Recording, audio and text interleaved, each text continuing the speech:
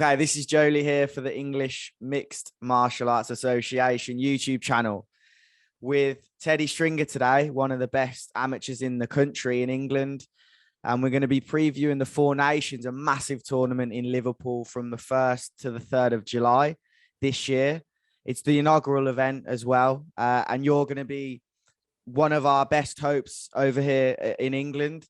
Just first things first, how are you? I know you're out in Dubai at the moment, and you're coming off a win just over a month ago, Almighty FC lightweight champion. Yeah, I'm good, thanks, man. It's good being out here in Dubai. The training's top notch. I've got some great rounds with great training partners. Like you say, coming off a good win, and I'm hoping to keep that ball rolling. I'm back in Barnsley in 6 weeks for Almighty, defending my lightweight belt then. How does it feel being a champion? Feels good. It feels good. I mean, it was a crazy event last time. There was the interim belt, my belt on the line. So there's technically two champs, but feels good being the champ and actually defending a belt. Mm-hmm. For sure. Now, while we're here, firstly, just to talk on the Four Nations event. Now, it's the first one, of course, but you've competed for Emma before at the Worlds, the start of the year. Just competing with Emma in this tournament, how excited are you about that? I'm excited for this. I think it's massive. When we went to the IMAFs in January, you see the level of the Russian team, the Ukrainian team, the Kazakhstan, Tajikistan, all those places. And I think they do that sort of format where you've got to fight to earn your spot out there. And bringing that to the English team just will make everyone who goes out there even better, because you're put under that pressure to fight in a tournament style against the best guys in the UK, and it'll only bring the best talent to the top. So I'm looking forward to it. It's a good chance to prove that I'm the worthy representative for the English team. Are you confident going into this? I mean, I have no idea who else is in my bracket against me, but I'm confident that I'm going to go in there, get 3 wins, because I think I proved in January that I can fight in tournament style and it suits my game pretty well. Mm-hmm. What do you think with 3 successive wins in the tournament, if you could do that, how good do you think that would be for your confidence and for your amateur career? Massive. I think the experience that you can get doing IMAF and tournament style is just so much better, because I'm looking at myself now. I've had 18 amateur fights, but I'm in a position where I'm thinking I might have 30 before I go pro now, because I could do 3 at the Four Nations, 5 at the Euros, 5 at the World Championships. That's like another 13 fights just there. So the experience I can get is massive, and I just can't wait for that. That's something that excites me so much, to be in that position where I can turn pro and have had 30 fights and just be so much more experienced than everyone else. Definitely. What do you make of that? Obviously, talking more on the IMAFs now, because you've been there with Emma, of course. Like I say, fighters 5 years ago, the IMAF wasn't the same, and obviously it's getting better and better and bigger. Being able to fight in bigger tournaments before you go pro, obviously you're not pro yet, but how much do you think that's helping you as of right now in 2022? Massive. Just like touched on, just the experience that you can get from it, but like the level of guys that are out there, it's good level pros that are out there just fighting under the amateur rule set. You look at the guys who win the divisions, they're more than comfortable being high level pros. And the cage time that you can get is ridiculous. So you just think about the minutes in the cage, under pressure, emulating exactly how it's going to be when you're pro, just with smaller gloves and no shin guards. That's it. So the amount of experience you can get at IMAF and the Four Nations, it's crazy. So much better for amateurs now than it was like 5 years ago. And talking of being good now, you fought the pound for pound #1. How was that? It was good, but he's not that good, you know.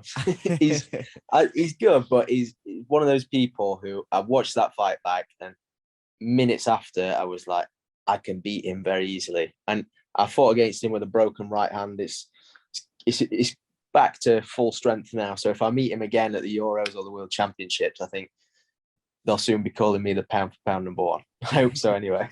So is it a fact? Is it a case of he wasn't as good as you thought he was, or was it more of a confidence builder for yourself and you were better than maybe you thought you were on the world stage? I think he's obviously elite. He's like something like 22 wins, 2 losses, but they love to hype him up and they build someone up so much, and they give him the name the pound for pound number one, and you're meant to think, oh, he's so scary. But you get in there, and out of all my fights over that weekend, I could see he was playing it tactical, but I took less damage in that fight than I did on day 2 against some Irish kid. So I think he's a good, worthy opponent, but as soon as you start to let yourself get drawn into he's pound for pound number one or he's this and that, then it can be quite relieving when you get in there against him and be like, this guy's human. Mm-hmm. And now you're obviously going into these kinds of competitions, and sooner rather than later you will want to turn pro. Do you care about records as an amateur? How do you look on records? I don't really care. Like, my record's 12-6, which, like, on paper, it's not the most ridiculous record. It's not like you're undefeated. But I really don't care because we're all 0-0 when we turn pro. So amateur records mean nothing. Like they say, records are for DJs. Yeah. So on the fight happened just over at the start of April. What did you feel in that fight? Was that your best performance? That you've had first round submissions before, you've finished people before. Talk to us about that performance in Almighty. Yeah, it was a good fight. That obviously Tieran Loughran was undefeated, 6-0 or something. I think that was, for me, that felt like my cleanest performance I've ever had. Obviously, there was the incident with the soccer kick that happened a bit early on, which is like, few people have said things about that, but it's one of them where, not me. Yeah. I honestly didn't mean to kick him in the head, but when you're in a fight and you kick the leg and you go to throw another one and someone's head's there, it happens, you know. Yeah. We're all here to get kicked in the face and punched in the face anyway. But I think as soon as it hit the floor, just the level showed between us, because I don't care if you feel like you were dazed from the kick or whatever, that he just had nothing for me on the floor. So I felt like that really cemented the difference between me and a lot of these other top contenders. And going forward for the rest of the year in Almighty, so you're having a fight, obviously, like you say, soon. In terms of Almighty, are you going to be fighting constantly, or? Yeah, as and when. My goal for this year is the 4 Nations and then the IMAF Euros and World Championships. Everything else can piece around that. But for me, I'm at a level where this last Almighty fight, it was tricky getting an opponent, because I feel like there's me, Curtis Campbell, and George Staines. We're like at the top. Yeah, I fought both of them. I'd love to rematch both of them.